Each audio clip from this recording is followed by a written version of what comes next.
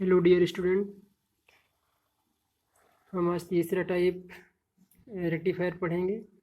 ये है full wave bridge rectifier. पहला हमने पढ़ा हाफ वेव ब्रिज रेक्टिफायर, इसके बाद हमने पढ़ा full wave centre tap rectifier. अब इसके बाद हम पढ़ेंगे फुल वेव ब्रिज रेक्टिफायर। ठीक है, तो फुल वेव दो प्रकार के रेक्टिफायर है यहाँ पर, एक तो full wave centre tap rectifier और एक है फुल वेव ब्रिज रेक्टिफायर।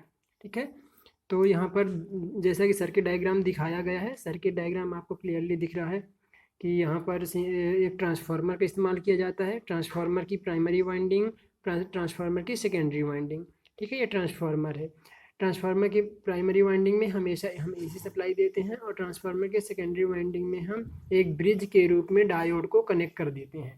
ठीक है, यहाँ पर जो डायोड होते हैं वो ब्रिज के फॉर्म में कनेक्ट होते हैं, ब्रिज की तरह होते हैं, इसीलिए इसको ब्रिज रेक्टिफायर कहा गया है। जैसे आप लोग पढ़ा होगा फिजिक्स में व्हीटस्टोन ब्रिज, उसी प्रकार से सेम इसी प्रकार से व्हीटस्टोन ब्रिज भी बना होता है। यहाँ पर रजिस्टर लगे हुए होते हैं, लेकिन यहाँ पर हम डायोड का इस्तेमाल किए हैं। ये ब्रिज के फॉर्म में है, इसलिए इसको ब्रिज रेक्टिफायर के नाम से जाना जाता है। ठीक है, प्राइमरी में हमने एसी सप्लाई दिया और सेकेंडरी साइड में हमने ब्रिज के फॉर्म में डायोड को कनेक्ट कर दिए। ठीक है, तो हम सेकेंडरी के दो टर्मिनल्स हैं, मतलब दो सिरे हैं, एक S1 हमने नाम दे दिया सेकेंडरी का S1 और सेकेंडरी के S2। यहाँ पर दो डायोड एक जैसे जुड़े होते हैं और दो डायोड एक ही जैसे जुड़े होते हैं। इनके कनेक्शन लगभग सेम होते हैं और इनके कनेक्शन लगभग सेम होते हैं। मतलब इसमें ये है कि ये दो डायोड एक साथ कंडक्ट करते हैं या फिर ये दो डायोड एक साथ कंडक्ट करते हैं। तो यहाँ पर एक पॉजिटिव हाफ साइकिल में दो डायोड वर्क करते हैं और एक नेगेटिव हाफ साइकिल में दो डायोड काम करते हैं। मतलब एक हाफ साइकिल के लिए दो डायोड और दूसरे हाफ साइकिल के लिए दो डायोड कंडक्शन कंडीशन में होते हैं। ठीक है, मतलब एक ही समय में दो डायोड कंडक्ट करने का कार्य करते हैं यहाँ पर। तो इसका आप कंस्ट्रक्शन लिखोगे तो इसमें लिखोगे कि एक ट्रांसफार्मर होता है। ट्रांसफार्मर की प्राइमरी में हम एसी सप्लाई देते हैं और सेकेंडरी में ट्रांसफार्मर के सेकेंडरी में ब्रिज के फॉर्म में ये रेक्टिफायर ब्रिज के फॉर्म में डायोड को कनेक्ट करके सेकेंडरी के साथ जोड़ दिया जाता है। सेकेंडरी का जो ऊपरी टर्मिनल होता है उसको हम S1 नाम दिया है और ट्रांसफार्मर के सेकेंडरी के निचले सिरे को हम S2 नाम दिए हैं। ठीक है, यहाँ पर दोनों इस प्रकार से यहाँ पर इन दो डायोड, इन दो डायोड के बीच में एक लोड जुड़ा होता है जहाँ पर हमको आउटपुट प्राप्त होता है। ठीक है, यहाँ पर D1, D2, D3, D4 diode का इस्तेमाल किया गया है, जैसा कि दिखाया गया D1, D2, D3, D4 diode का इस्तेमाल किया गया है। ठीक है, तो कुछ इस तरह से हम हमेशा कुछ इस तरह से कनेक्ट करते हैं कि जो हमारा S1 टर्मिनल होता है वो उसमें D1 डायोड का एनोड और D3 डायोड के कैथोड से जुड़ा होता है, जबकि जो हमारा S2 टर्मिनल होता है वो D2 डायोड के कैथोड, D4 डायोड के एनोड से जुड़ा होता है। तो हमें इसी प्रकार से ही कनेक्शन करना है। आप ये नहीं कि आप अपने अकॉर्डिंग किसी भी प्रकार का कनेक्शन कर दें। आप देख लीजिए कनेक्शन में ये जो D3 डायोड है इसका कैथोड S1 से जुड़ा है, जबकि D1 डायोड का एनोड S1 से जुड़ा है। तो आपको ये बिल्कुल ध्यान में रखना है, सभी स्टूडेंट के लिए मैं बोल रहा हूँ।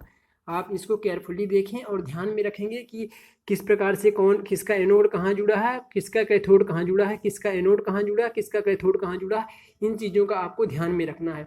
यहाँ पर लोड में दोनों के ये जो दोनों के एनोड हैं वो इधर जुड़े हुए हैं और ये दोनों के कैथोड एक साथ जोड़ के कॉमन बना के फिर यहाँ पर जुड़ा हुआ। तो ये बिल्कुल ध्यान रखेंगे आप, इस बहुत ये इंपॉर्टेंट है। आप लोग कई बार ऐसा करते हैं कि अपनी मर्जी से कुछ भी कनेक्शन कर देते हैं। ठीक है,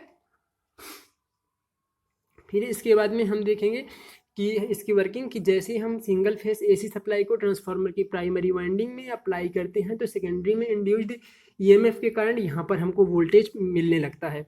जैसे हम पॉजिटिव हाफ साइकिल, ये पॉजिटिव हाफ साइकिल को ट्रांसफार्मर में अप्लाई करते हैं तो यहाँ पर हमको पॉजिटिव हाफ साइकिल मिलता है, जिसके कारण S1 पॉजिटिव हो जाता है, धनात्मक हो जाता है, जबकि S2 S1 के सापेक्ष ऋणात्मक हो जाता है। इस कंडीशन में यहाँ पर पॉजिटिव और यहाँ पर नेगेटिव बन जाता है। जब पॉजिटिव हाफ साइकिल अप्लाई करते हैं तो ये पॉजिटिव और ये नेगेटिव बन जाता है। पॉजिटिव ये बनने के कारण देखिए ये अपोजिट जुड़ जाएगा, यहाँ पर जो कैथोड है वो पॉजिटिव से जुड़ जाएगा तो ये कंडक्शन नहीं करेगा क्योंकि ये रिवर्स बायस हो रहा है, जबकि यहाँ पर पॉजिटिव एनोड से जुड़ा होने के कारण ये फॉरवर्ड बायस में हो रहा है। ठीक है। इसी प्रकार से हम देखेंगे कि इसका नेगेटिव एनोड से जुड़ रहा है, जबकि ऐसा कनेक्शन नहीं किया जाता डायोड में, तो ये भी रिवर्स बायस हो रहा है। जबकि यहाँ पर ये नेगेटिव है, नेगेटिव कैथोड से जुड़ रहा है, तो उस कंडीशन में ये भी फॉरवर्ड बायस हो रहा है। ठीक है। तो यहाँ पर जब हम पॉजिटिव हाफ साइकिल अप्लाई करेंगे तो उस समय D1 और D2 डायोड कंडक्शन कंडीशन में होते हैं, जबकि D3 और D4 डायोड कंडक्शन नहीं करते हैं, किसी भी प्रकार का कंडक्शन इनमें नहीं होता है, ये ऑफ हो जाते हैं, ये एक इंसुलेटर की तरह बिहेव करने लगते हैं, ओपन सर्किटेड हो जाते हैं। तो सिर्फ इस प्रकार से यहाँ पर ये कंडक्शन करते हैं। सिर्फ पॉजिटिव हाफ साइकिल में D1 और D2 डायोड कंडक्ट करता है, और इस प्रकार से यहाँ से करंट की डायरेक्शन इस प्रकार से लोड में होती है। तो लोड में करंट की डायरेक्शन कुछ इस प्रकार से होती है। ठीक है। तो दोनों ही डायरेक्शन, दोनों ही कंडीशन में, चाहे कोई भी डायोड कंडक्ट करे, कोई भी दो डायोड कंडक्ट करे, लेकिन दोनों के लिए करंट की डायरेक्शन सेम ही होगी, जैसे कि दिखाई गई है। ठीक है। तो पहले पॉजिटिव हाफ साइकिल में ये फॉरवर्ड बायस में होता है और ये फॉरवर्ड बायस में होता है। क्यों होता है? क्योंकि ये नेगेटिव से जुड़ गया इसका कैथोड, और इसका एनोड पॉजिटिव से जुड़ गया, तो ये भी कंडक्शन करेगा और ये भी कंडक्शन। तो एक कंप्लीट साइकिल इसके माध्यम से बनेगी, ये कंप्लीट कनेक्शन बन जाएगा। ये यहाँ से यहाँ, ये दोनों एक तरह से ओपन की तरह बिहेव करेंगे, ओपन सर्किट मतलब खुला परिपथ की तरह, क्योंकि ये बहुत ज़्यादा इंसुलेटर की तरह काम करने लगेंगे। यहाँ से कोई भी करंट फ्लो नहीं होगी, तो यहाँ से करंट फ्लो होते हुए ऐसे से ऐसे चली जाएगी। ठीक है। फिर कुछ समय पश्चात जब हम ये नेगेटिव हाफ साइकिल अप्लाई करते हैं, तो ये अधिक ऋणात्मक और ये अधिक धनात्मक हो जाता है। उस कारण से अब इस कंडीशन में ये रिवर्स बायस हो जाएगा और ये फॉरवर्ड बायस हो जाएगा। उसी प्रकार से यहाँ धनात्मक है तो ये फॉरवर्ड बायस हो जाएगा और ये रिवर्स बायस हो जाएगा।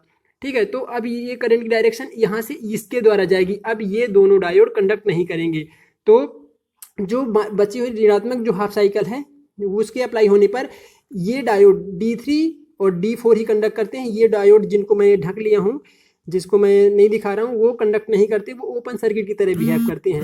तो अब इसमें इस तरह से करंट की डायरेक्शन इस तरह से होगी। तो दोनों ही कंडीशन में, D1 D2 के कंडक्शन कंडीशन में एंड D3 D4 के कंडक्शन कंडीशन में, दोनों में लोड की डायरेक्शन सेम होती है। इस प्रकार से हमको यहाँ पर दिखाया गया है कि वेवफॉर्म जब पॉजिटिव हाफ साइकिल अप्लाई किए तो D1 और D3 कंडक्ट कर रहे हैं, उनके कारण आउटपुट मिल रहा है।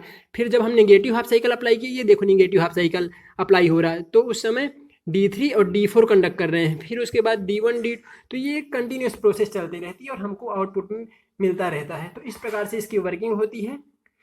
जो फुल वेव ब्रिज रेक्टिफायर है, ये सबसे अच्छा, सबसे बेस्ट सिंगल फेस का सबसे अच्छा रेक्टिफायर माना जाता है, क्योंकि इसकी इफिशियंसी बहुत अच्छी होती है। लगभग इसकी इफिशियंसी 96 से लेकर 98% तक होती है। ठीक है। या 90, इसकी एग्जैक्ट जो एफिशिएंसी होती है 96.4 के अप्रॉक्स होती है। ठीक है। तो ये सबसे अच्छा माना जाता है। इसका इस्तेमाल इलेक्ट्रॉनिक सर्किट में किया जाता है। इससे प्राप्त होने वाली जो DC होती है वो बाकी की अपेक्षा कुछ शुद्ध होती है, मतलब इसमें कम मात्रा में रिपल पाया जाता है, कम मात्रा में AC की अशुद्धि पाई जाती है, क्योंकि प्रत्येक साइकिल के लिए 2 डायोड काम कर रहे हैं। क्योंकि प्रत्येक साइकिल के लिए, प्रत्येक हाफ साइकिल के लिए 2 डायोड काम कर रहे हैं। प्रत्येक हाफ साइकिल के लिए दो डायोड, देखो प्रत्येक, ये हाफ साइकिल में 2 डायोड, फिर इस हाफ साइकिल में 2 डायोड, इसलिए इसमें रिपल की मात्रा कम होती है, AC की अशुद्धि कम होती है। ठीक है। Thank you.